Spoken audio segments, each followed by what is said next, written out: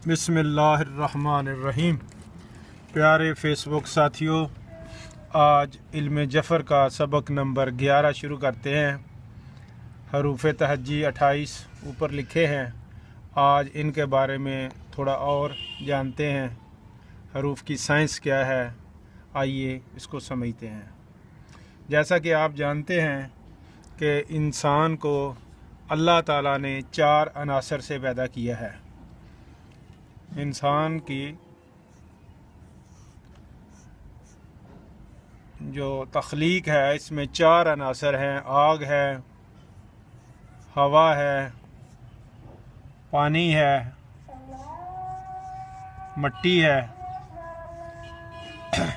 ये 4 अनासर हैं जिनका कम्बिनेशन इंसान है।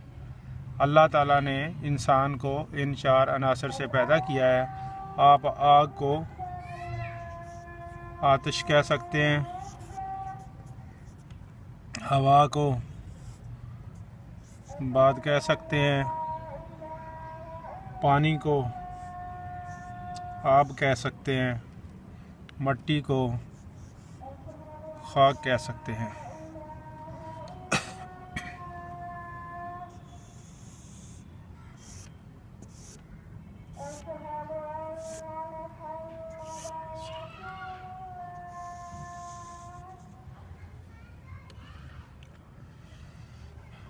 ये अनासरे अरबा,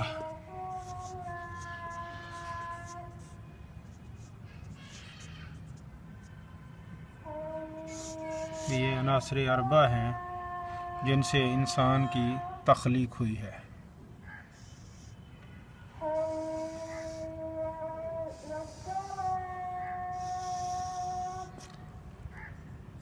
अब जो हरूफ तहज्जी हैं इनको हमने इधर को लिखना सीखा है, दाएं से बाएं तरफ।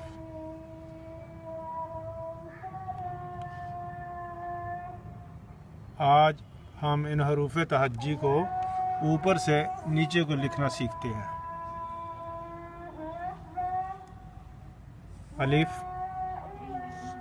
बे, जीम, दाल। ये पहले 4 हरूफ तहज्जी हमने लिखे हैं। इसके बाद है हे, वाव, जे, हे।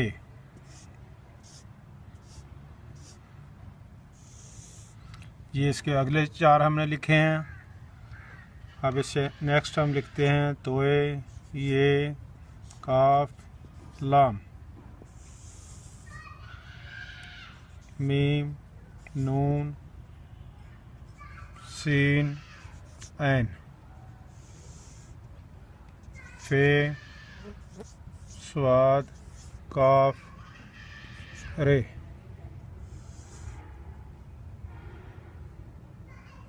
शीन,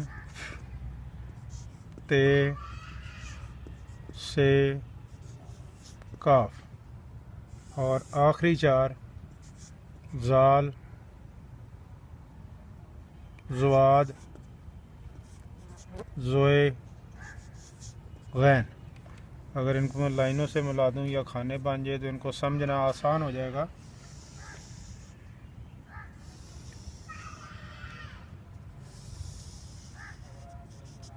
अब आप इसको देखें, गौर करें।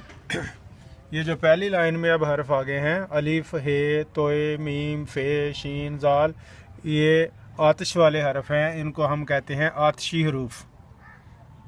दूसरी लाइन वाले जो हरफ हैं, बे, वाव, ये, नून, स्वाद, ते, ज़ाद, इनको हम कहते हैं बाद वाले हरूफ या बादी हरूफ। तीसरी लाइन में जीम, जे, काफ, सीन, काफ, से और ज़ोए, इनको हम आबी हरूफ कहते हैं। और आखिरी जो है दाल, हे, लाम, ऐन, रे, खे, गैन, इनको हम खाकी हरूफ कहते हैं। तो इंसान की तकसीम जो है वो 4 अनासर पर है। हरूफ तहज्जी 28 हैं। इनको भी हम 4 ग्रुपों में तकसीम कर लेते हैं। 7 हरूफ आतिशी हैं, 7 बादी हैं, 7 आबी हैं, 7 खाकी हैं। आइए अब इनका इस्तेमाल देखते हैं, हरूफ की ताकत देखते हैं, इनको इस्तेमाल कैसे करते हैं। इंसान का जिस्म जो है, ये अल्लाह ताला ने इंसानी जिस्म जो है उस पर ये 28 हरूफ जो हैं, ये 28 हरूफ पूरे इंसानी जिस्म पर हुक्मरान हैं।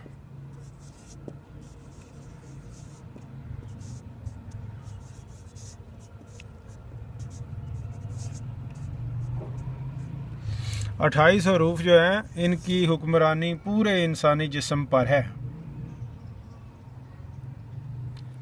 ये जो 4 हरफ हैं, अलिफ, बे, जीम, दाल, इनकी हुक्मरानी जो है वो इंसानी सर पर है।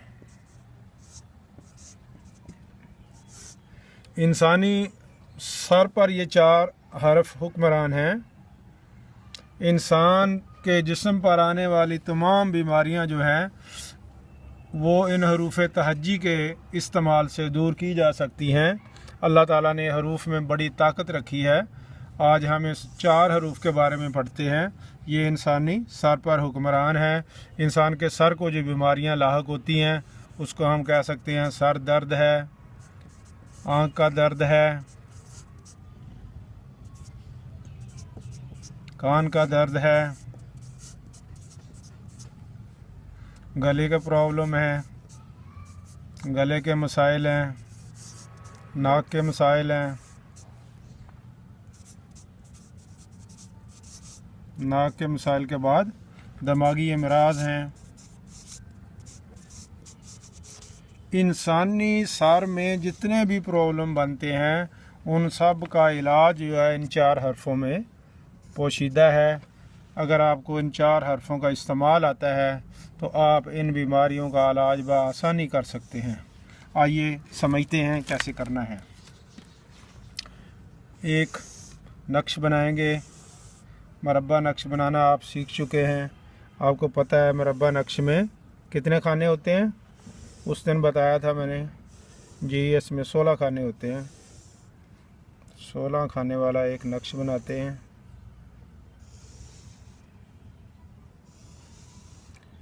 इसमें पहले हम लिखेंगे, इसमें अलिफ, बे, जीम, दाल। अब हमने करना है दूसरा खाना मुकम्मल करना है। इस दाल को हम यहाँ पर ले आएंगे, इस अलिफ को हम यहाँ पर ले आएंगे, इस जीम को हम यहाँ पर ले आएंगे, इस बे को हम यहाँ पर ले आएंगे। 2 खाने मुकम्मल हो गए। अब तीसरा खाना जो है वो हम मुकम्मल करते हैं। ये थोड़ा मुझे लगता है गलत लिखा गया। ये जो है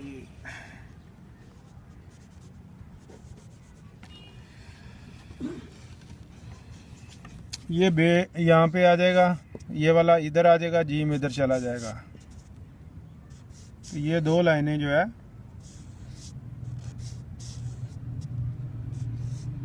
मुकम्मल होगी। तीसरी लाइन मुकम्मल करनी है। ये जीम जो है इसको यहाँ ले आएंगे, बे जो है इसको यहाँ ले जाएंगे, अलिफ जो है इसको यहाँ ले जाएंगे, दाल को यहाँ ले आएंगे। तो ये 3 खाने मुकम्मल हो गए। चौथी लाइन मुकम्मल करनी है। इसी तरह पहले जैसे किया था, जीम यहाँ चला जाएगा, बे इधर चला जाएगा, दाल इधर चला जाएगा, अलिफ यहाँ आ जाएगा। तो ये नक्श जो है अबजद का नक्श बन गया, 4 हरूफ का नक्श बन गया, या ये कह लें कि सर के जो प्रॉब्लम है उनका ये नक्श बन गया। अब आपने ये करना है कि ये जो हरफ अलिफ है इसका एक मुवक्कल है।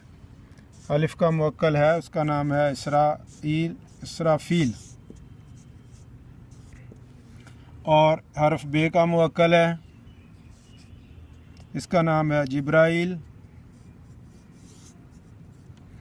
और फिर जीम का मुवक्कल है, इसका नाम है कलकाइल। और फिर दाल का मुवक्कल है, इसका नाम है दरदाइल। ये करीब से आप देख लें ताकि आपको समझ आए। अब इस नक्श पर आपने क्या करना है, इन मोकलों के नाम लिख देने हैं। ये सबसे ऊपर हम लिख देंगे ओ जिब या असराफील बहक्के अलिफ। इधर हम लिख देंगे ओ जिब या जिब्राइल बहक्के बा। अरबी में बे को बा पढ़ते हैं, बा ही लिखेंगे। यहाँ लिख देंगे ओ जिब या कलकाइल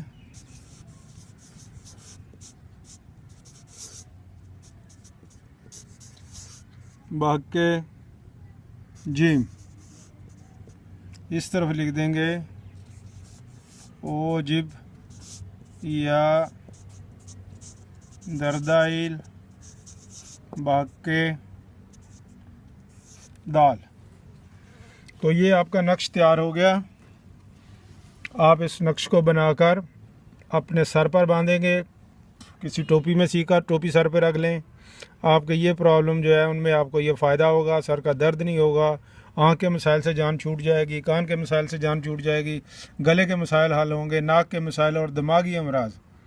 दिमागी अमराज कई तरह के होते हैं, एक की तरफ मैं भी इशारा कर देता हूँ। बाद लोगों के दिमाग में खलल आ जाता है। खलल क्या है? फैक्ट्री सेटिंग जो अल्लाह ताला ने की होती है वो बंदा डिस्टर्ब कर लेता है किसी न किसी तरह से। एक शायर ने कहा है, कहते हैं इश्क जिसको खलल है दिमाग का। तो जो दिमाग में खलल आ जाता है वो भी इस नक्श से आपका दूर हो जाएगा। तो प्यारे फेसबुक साथियों, उम्मीद है आप आज के लेक्चर को समझ गए होंगे। मैंने सिर्फ 4 हर्फ लिए हैं। इसी तरह ये जो अगले 4 हर्फ हैं इसको फिर पढ़ेंगे, फिर उसके बाद अगले 4 हर्फ। इस तरह मुकम्मल जो 28 हरूफ हैं हम उनको पढ़ेंगे, आप फ़ायदा उठाएँ। अब मसला फिर वही बन गया कि ये नक्श तो कोई भी आदमी लिख सकता है। क्या जो भी आदमी लिख लेगा इससे फ़ायदा हो जाएगा? मैं लिख लूँ, आप लिख लूँ, जैद लिख ले, बकर लिख ले, तो इससे फ़ायदा कैसे होगा? फ़ायदा नहीं होगा। फ़ायदा करने के लिए आपको इस नक्श का ये जो हरफ है ना, अलिफ बे जीम दाल, और इसके जो मुवक्कल हैं, आपने उनके साथ उनस पैदा करना है, मोहब्बत पैदा करनी है, ताकि वो आपके साथ मदद करें, आपके साथ वो मिल जाएं, आपके साथ उनका दोस्ताना बन जाए। तो उसके लिए मेरा भाई 2 तरीके हैं कि या तो आप हरूफ ताजी की ज़कात दें, या फिर दूसरा तरीका है कि ये नक्श जो है या जो भी बाकी नक्श हैं आप उसको बनाएं, बनाकर 40 नक्श रोज़ बनाएं, बनाकर आटे में गोलियां बनाएं, गोलियां बनाकर किसी नहर में, दरिया में, जहां मछलियां हों वहां जाकर डाल दें। 40 दिन जब आपके पूरे हो जाएंगे तो वो आपका नक्श जो है ना मुअस्सर हो जाएगा, उसमें असर पैदा हो जाएगा, वो काम करना शुरू कर देगा। यही नक्श अगर आप 40 दिन लिख लेते हैं तो 40 दिन के बाद आप इसके आमल हैं। आप जब नक्श लिखेंगे फिर ये गैर मुअस्सर नहीं होगा, फिर जिसको भी आप लिख कर देंगे फ़ायदा होगा। आप ख़ुद इस्तेमाल करें तो भी फ़ायदा होगा। अस्सलामु अलैकुम व रहमतुल्लाह।